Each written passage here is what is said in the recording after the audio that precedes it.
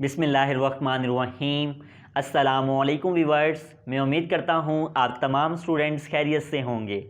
मैं आपका computer science instructor Shahbaz Ali और मैं आप तमाम स्टूडेंट्स को वेलकम करता हूँ डिजिटल एजुकेशन पर। आज से हम आगाज़ करने वाले हैं 10th class computer chapter number 2। हमारे पास बोर्ड के पॉइंट ऑफ व्यू से एक इम्पोर्टेंट चैप्टर है और ये आपकी एक किस्म की बेस है आपके पास सी प्रोग्रामिंग की। तो वीडियो को आपने लास्ट तक देखना है और बिल्कुल भी स्किप नहीं करना। इसके साथ साथ आप तमाम व्यूअर्स से दरख्वास्त है, अगर आप चैनल पर नए हैं और आपने अभी तक चैनल को सब्सक्राइब नहीं किया तो जल्दी से चैनल को सब्सक्राइब करें और बेल आइकन को प्रेस करें। हमारा यूनिट नंबर 2 है यूज़र इंटरेक्शन। ये होता क्या है, इसको थोड़ा सा पहले अंडरस्टैंड करते हैं। देखें, जैसा कि आपको पता है कि कंप्यूटर आपके पास एक ऐसी डिवाइस है, एक ऐसी मशीन है जो आपसे डेटा इनपुट लेती है, उस डेटा पर कुछ प्रोसेसिंग करती है और बदले में आपको आउटपुट जनरेट करके दे देती है। अब हमारे पास जितनी भी प्रोग्रामिंग लैंग्वेज होती हैं, चाहे वो सी हो, C++ हो, जावा हो, पाइथन, कोई भी प्रोग्रामिंग लैंग्वेज है, हर प्रोग्रामिंग लैंग्वेज के अंदर ये इंस्ट्रक्शंस दी जाती है कि कैसे आपने इनपुट, आउटपुट और प्रोसेसिंग ऑफ द डेटा को हैंडल करना होता है। अब इस चैप्टर के अंदर हम डिटेल में डिस्कस करेंगे कुछ pre built input output function और उसके बाद हमारा जो नेक्स्ट टॉपिक होगा इस चैप्टर का वो है ऑपरेटर्स। तो ये हमारा बहुत ही ज़्यादा, जिस तरह मैंने आपको बताया, ये एक इंटरेस्टिंग और इम्पोर्टेंट चैप्टर है। इसके तमाम लेक्चर्स आपने लाजमी देखने हैं। आप लोगों की आसानी के लिए मैंने ऑलरेडी ही एक प्लेलिस्ट बना दी है। उस प्लेलिस्ट के अंदर आपको तमाम लेक्चर्स सीक्वेंस वाइज मिल जाएंगे, जिसका लिंक डिस्क्रिप्शन में मौजूद है। तो यहाँ पे आप देखें इंट्रोडक्शन, जिसमें हमने डिस्कस किया a computer is a device that takes the data as input, process that data and generate the output. ये आपसे डेटा इनपुट लेता है, ठीक हो गया। ये हमने यहाँ पे क्या किया, इनपुट किया। उसके बाद यहाँ पे क्या करता है, वो प्रोसेसिंग करता है और आपको आउटपुट जनरेट करके दे देता है कंप्यूटर। या कंप्यूटर, क्योंकि आप जानते हैं एक मशीन है तो वो इस तरीके से वर्क करती है। बाकी तमाम मशीन्स भी कुछ ऐसे ही वर्क करेंगी।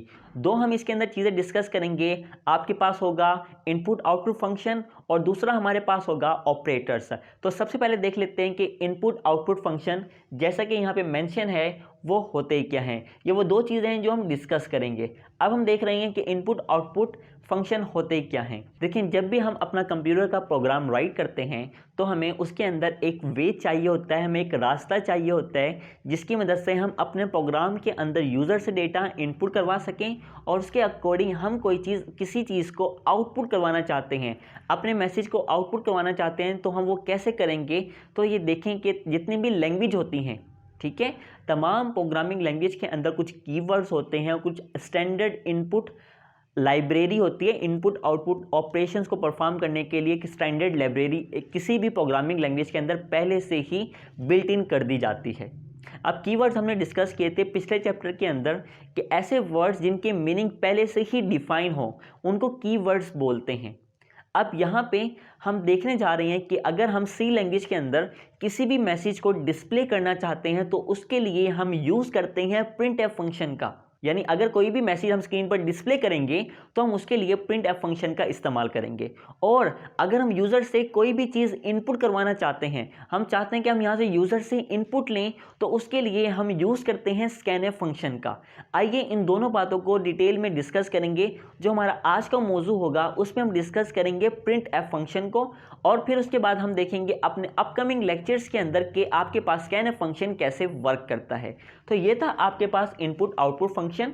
आइए इसको अब यहाँ से रीड कर लेते हैं कि C language offers printf function to display the output.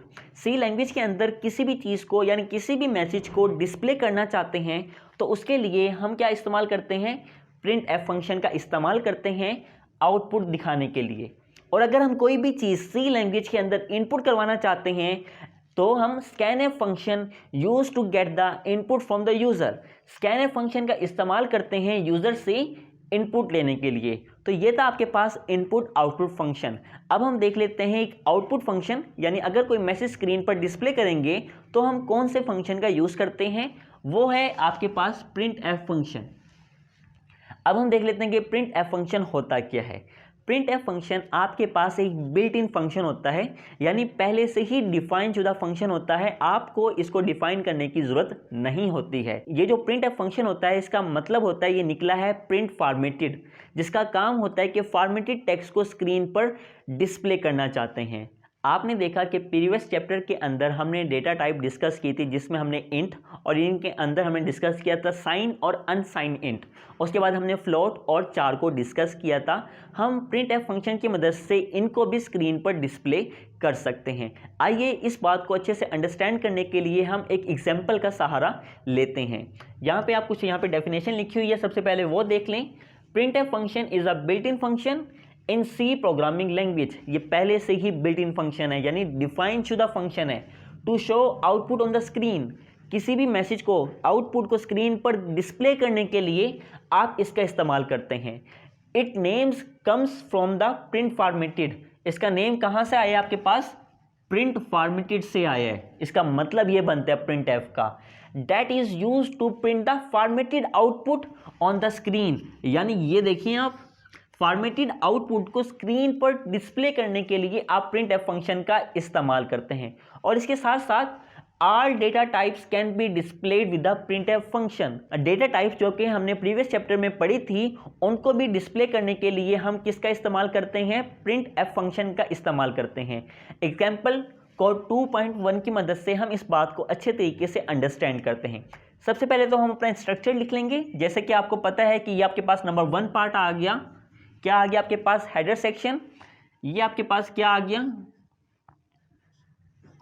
Main section.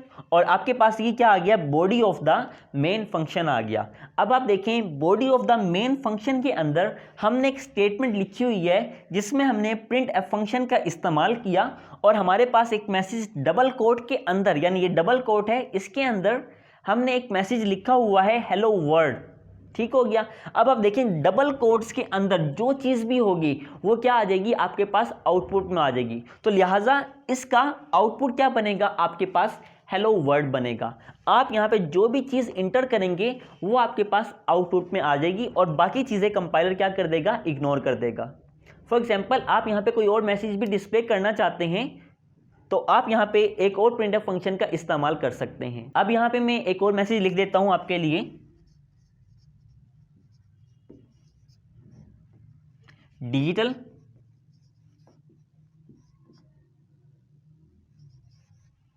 Education.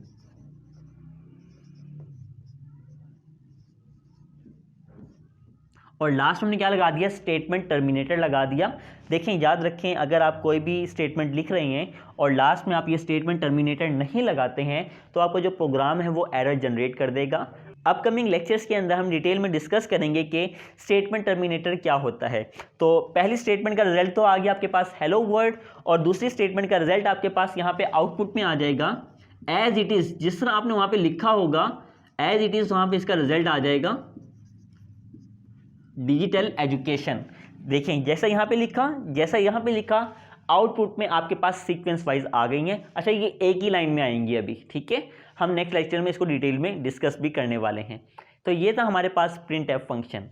अब हम देख लेते हैं हमारी एक्टिविटी 2.1 और एक्टिविटी 2.2। इसको हम करेंगे बराह रास्त अपने कंप्यूटर पर परफॉर्म। तो चलते हैं अपने कंप्यूटर की स्क्रीन पर इसको बराह रास्त करने के लिए, तो मेरे साथ जुड़े रहिएगा।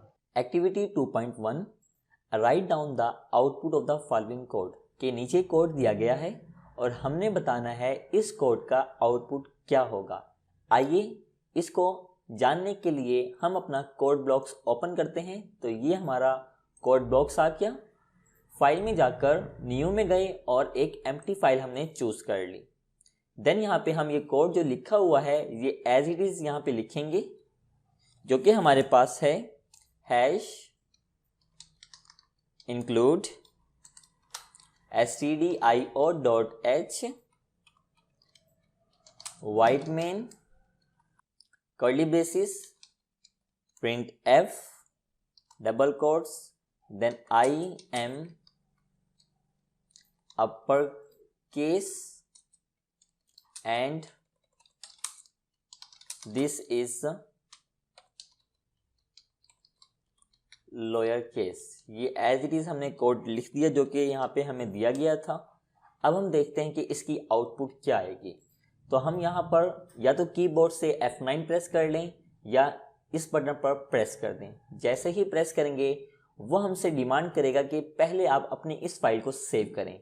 तो मैं डेस्कटॉप पर जाकर इस फाइल का नाम रख देता हूँ एक्टिविटी 2.1 के नाम से मैं इसको सेव कर देता हूँ। देन ये सेव के बटन पे प्रेस कर दिया। अब जाकर इसको रन करते हैं तो यहाँ पर आप देख सकते हैं कि ये हमारे पास आंसर आ गया है I am upper case and this is lower case. This is the answer of given code. Activity 2.2 write a program that shows your first name in uppercase and your last name in lower case on the screen. तो ये हमने एक activity perform करनी है जिसमें हमारा जो first name होगा वो हमने अपर केस में लिखना है और जो हमारा लास्ट नेम होगा उसको हमने लोअर केस में लिखना है। आइए चलते हैं अपने कोड ब्लॉक्स की तरफ। तो ये हमारा कोड ब्लॉक्स आ गया। यहाँ पर हम सिंटैक्स लिखेंगे हैश इंक्लूड stdio.h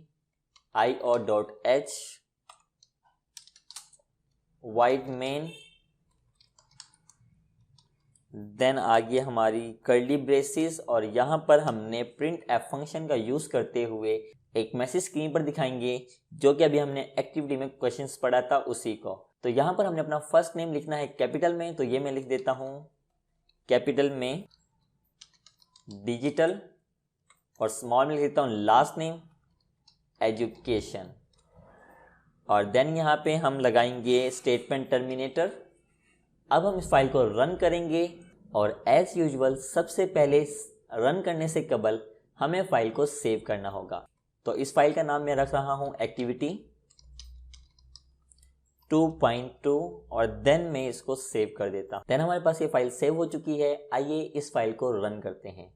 तो ये आप देख सकते हैं कि ये फाइल हमारी रन हो गई और हमारे पास आंसर आ गया है। यहाँ पर आप देखें हमारा जो फर्स्ट नेम है जो यहाँ पे लिखा हुआ है डिजिटल, ये अपर केस में आ गया है और जो हमारा लास्ट नेम है जो कि एजुकेशन है वो आप देख सकते हैं कि वो हमारे पास स्मॉल केस में आया है। तो यही थी हमारी एक्टिविटी 2.2। प्यारे बच्चों, ये था हमारा आज का लेक्चर जिसमें हमने आगाज़ किया अपने यूनिट नंबर 2 का 10th क्लास कंप्यूटर साइंस। हमने देखा चैप्टर का थोड़ा सा इंट्रोडक्शन, उसके बाद हमने देखा इनपुट आउटपुट फंक्शंस और हमने आज जो फंक्शन डिस्कस किया वो था आउटपुट का फंक्शन जो कि है आपके पास प्रिंट एफ फंक्शन। और उसके साथ हमने एग्जाम्पल कोड 1.1 किया और वीडियो के लास्ट में हमने डिस्कस किया एक्टिविटी 2.1 और एक्टिविटी 2.2। तो ये थे हमारा आज का लेक्चर। मैं उम्मीद करता हूँ कि मेरा आज का लेक्चर आपको पसंद आया होगा।